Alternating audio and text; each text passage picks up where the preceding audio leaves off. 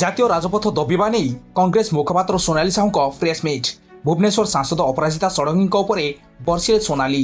16 number ଜାତୀୟ ରାଜପଥ ନିର୍ମାଣରେ ନିୟୋଜିତ ଥିବା ଠିକା ସଂସ୍ଥା ସହିତ ସାଂସଦ ପିସି କାରବାରରେ ଲିପ୍ତ ଥିବା କହିଛନ୍ତି ସୋନାଲି।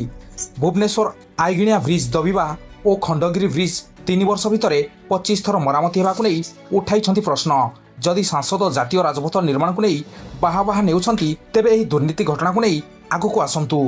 ଜାତୀୟ ରାଜପଥ ନିର୍ମାଣରେ ହୋଇଥିବା ଦୁର୍ନୀତିର ସଠିକ୍ ତଦନ୍ତ ପାଇଁ କେନ୍ଦ୍ର ସରକାର ଏକ କମିଟି ଗଠନ କରିବାକୁ ଦାବି କରିଛନ୍ତି ସୋନାଲି। तो 1.5 मास तले मध्य एक कथा उठेइथिली एवं 1.5 मास रु 2 मास से ओभरब्रिज खोला आइछि किंतु गत काली ता भुसुड़ी पड़ला ता मध्य आपण देखुचंती खंडगिरी अवस्था मध्य शोचनीय 3 वर्ष रे केमती 25 थर रिपेयरिंग हलानी ता मध्य देखुचंती आगामी दिन रे कोन हबो अवस्था ता मध्य आपण माने जानुचंती। मूल कथा होची जे एनएच काम को नेकरी बहुत बड़ा घोटाला होईची, बहुत बड़ा स्कैम होईची एवं अपराजिता षडंगीकर से संपृक्ति रही बोली आमे विगत दिन में अभियोग करूँ। ए कथार पुंखानुपुंख तदंत करने बीजेपी भी सरकार रही, केन्द्र में बीजेपी सरकार रही, तुरंत एक उच्च स्तरीय तदंत कमिटी गठन करा जाऊ।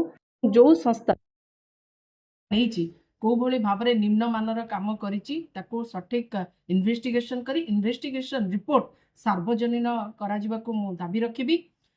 थाला जो ठिका संस्था एआईपीएल को तुरंत ब्लैकलिस्टेड करा जाए एवं जो क्षयक्षति होती ता उपरे पेनाल्टी पका जिबा सहित अपराजिता षडंगी जो क्रेडिट नहीं एनएच को नहीं बाहा नहीं किंतु आज जो घटना घटी तापाई से लज्जा अनुभव करने कथा, दुख प्रकाश करने कथा एवं सामना को आसिकी खोर्धावासी को निस्सर्त क्षमा प्रार्थना करिवार आवश्यकता रही।